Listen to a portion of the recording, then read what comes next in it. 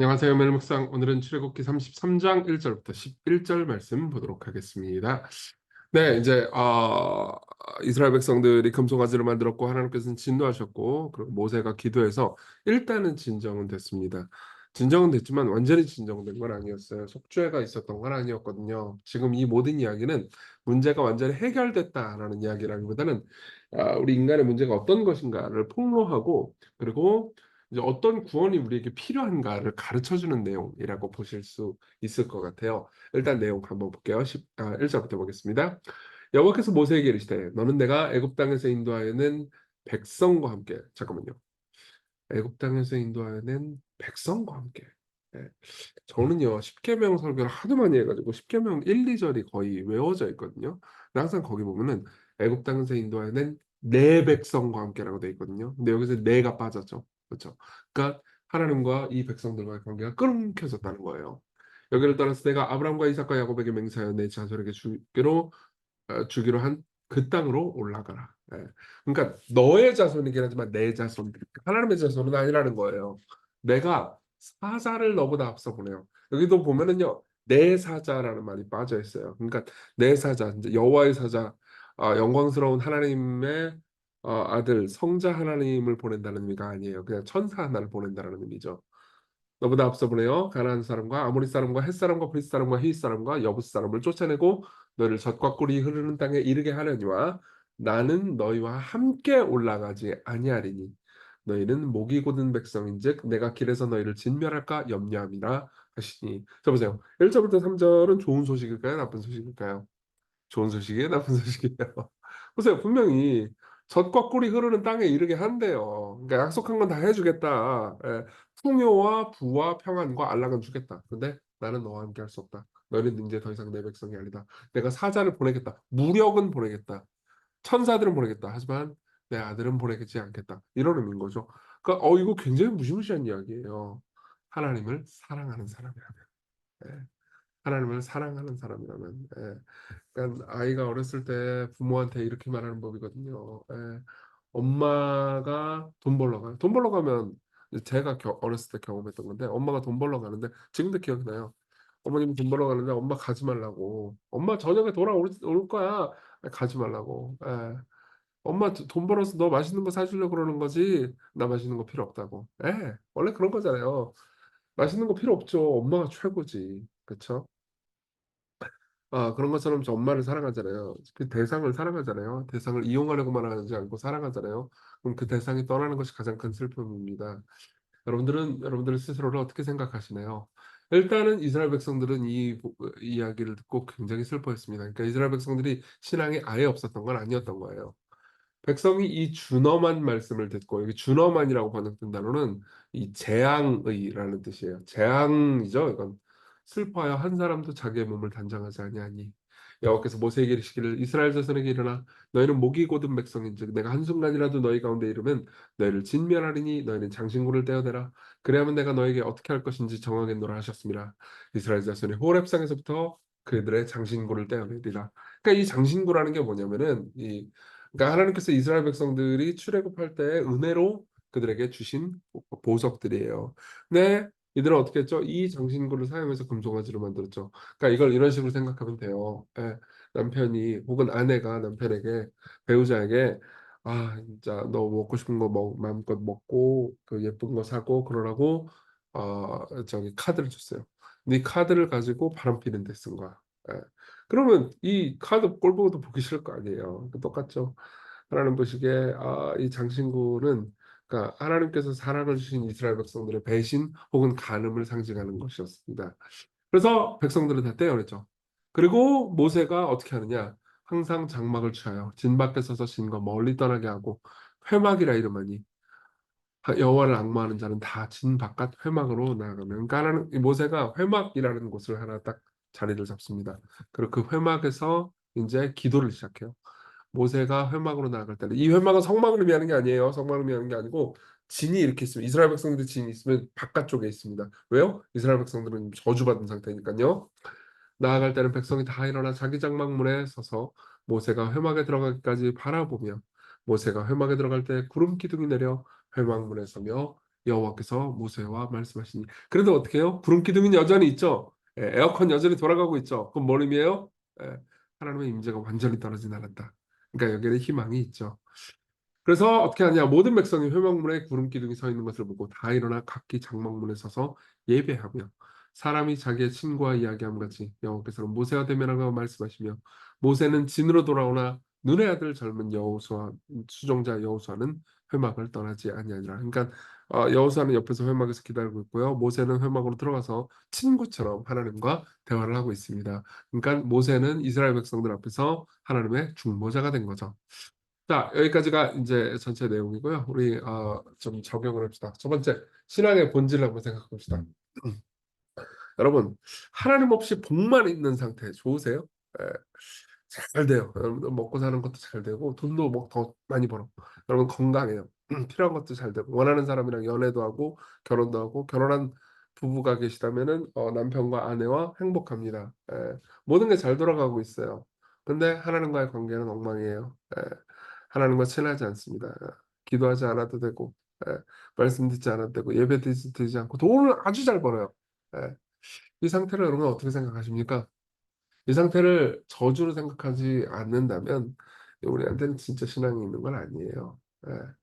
제가 존 파이퍼 목사님의 책 중에서 하나님이 복음이다라는 제목의 책을 되게 좋아하거든요. 하나님이 복음이다. 이 책의 핵심 주제는 뭐냐? 제가 읽어드릴게요. 복음에 있는 모든 구원의 사건과 축복은 우리가 하나님을 완전히 알고 기뻐할 수 있도록 장애물을 제거하는 수단이라는 것이라. 속죄, 구속, 용서, 전가, 성화, 치유, 자유, 천국은 모두 좋은 소식이다. 그러나 한 가지 이유가 없다면 이 가운데 어느 것도 좋은 소식이 아니다. 그 한 가지란 이것들이 우리가 하나님을 영원히 기뻐하도록 우리를 그분께로 인도한다는 것이다. 자, 이게 무슨 말인지 좀 설명을 해드릴게요. 그러니까 속죄 혹은 구원, 혹은 천국 이런 거 좋죠. 왜 좋죠? 그 자체가 좋은 게 아니에요. 죄가 있으면 우리가 하나님을 만날 수 없잖아요. 그러니까 우리 죄를 용서해 주세요. 그렇죠? 그러니까 죄에 대한 용서 자체가 좋은 소식이 아니고 그 용서를 통해서 얻은 하나님이 좋은 소식이죠. 예. 그러니까 하나님 없는 천국이 우리에겐 좋을 수 없습니다. 근데 옛날 청교도들은 이런 말을 되게 많이 했어요. 하나님께서 그곳에서 나에게 사랑을 베푸신다면 지옥이 내게 천국이라고요. 지옥이라 하더라도 내게 천국이라고요. 장소는 중요치 않습니다. 누구와 함께 있느냐죠. 여러분, 여러분들의 삶에서 사실 어떤 의미에서 제일 큰 저주는 그건 저 스스로에게도 마찬가지인데요. 제가 기도도 하지 않고 하나님을 사랑하지도 않고 원하지도 않는데 교회가 잘 되는 걸 거예요. 그러니까 여러분들 저를 위해서도 이렇게 기도해 주세요. 저 인간이 이정규라는 인간이 기도하는 사람, 하나님을 예배하는 사람이 되게 해달라고 여러분들도 마찬가지로 오늘 하루를 살 때 하나님과 가까이 살아가는 삶. 그냥 오늘 뭐 잘 되고 여러분들 일도 잘 되고 막 가정 내에서 일도 잘 되고 관계도 좋고 뭐 너무 좋아 오늘 행복해 해피해 이걸로 만족하지 마세요. 여러분들은 하나님과 교제하기 위해서 만들어진 존재입니다. 둘째로는요 모세와 그리스도를 한번 생각합시다. 하나님께서는 이스라엘 백성들과 관계를 끊으셨어요. 이제 더 이상 내 백성이 아닙니다. 그냥 백성이에요. 그래서 한 개의 희망이 있죠. 뭐죠? 한 사람만큼은 하나님을 만날 수 있어요. 모세죠. 모세는 하나님께 나아갈 수 있었습니다. 그래서 이스라엘 백성들의 진은 죄 때문에 하나님께 분리되어 있었고요. 그래서 모세는 회막을 진 바깥에 따로 설치하죠. 거기서 모세는 하나님을 만납니다. 그리고 계속해서 모세가 친구처럼 하나님을 만나는 걸 보면서 그걸 지켜보고 있는 이스라엘 백성들은 우리가 다시 관계를 맺을 수 있는 소망을 가질 수 있게 되는 거죠. 사실 성막 건축 프로젝트는 끝났어요. 성막은 하나님과 만나는 회막이고 그리고 성막을 만들라고 지시를 했는데 이스라엘 백성들은 거부했고 사실 죄를 지었거든요. 하나님께서는 그들을 떠나셨죠. 근데 다시 하나님께서 그들을 만날 수 있을까요? 한 남자의 희생, 한 남자의 중보 때문에 그게 가능합니다.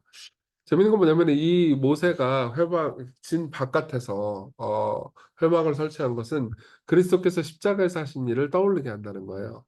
왜냐하면 예수 그리스도께서도 보세요. 히브리서 13장 12절 그러므로 예수도 자기 피로써 백성을 거룩하게 하려고 성문 밖에서 고난을 받으셨느니라. 그러니까 예루살렘이라는 하나님과 교제할 수 있는 그곳은 저주를 받았어요. 그래서 어떻게 해요? 성문 바깥으로 그리스도께서 끌려나가셨죠. 그리고 그 저주를 그분이 가져가십니다. 대신 받으시고 우리에게 희망, 우리에게 다시 하나님과 교제할 수 있는 희망, 그분의 사랑을 받을 수 있는 희망을 주시게 되는 거죠.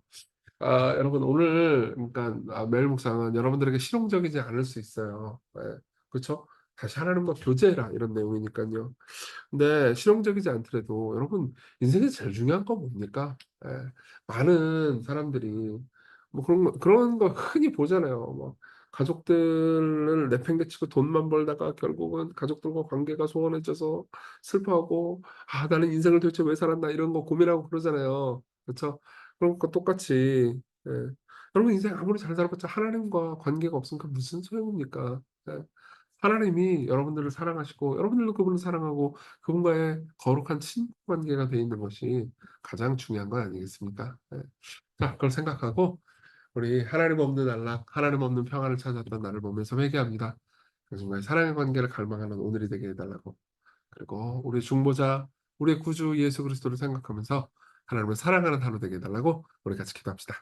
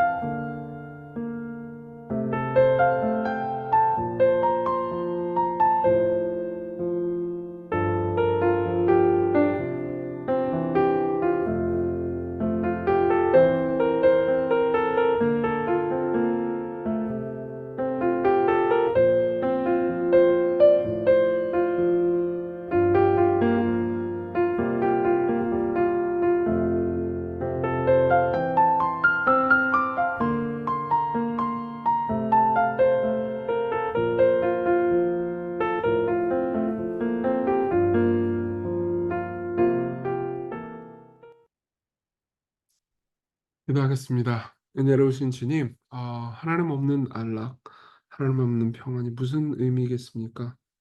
하나님과 교제하게 하소서, 당신을 알게 하소서, 당신과 더불어 살게 하소서.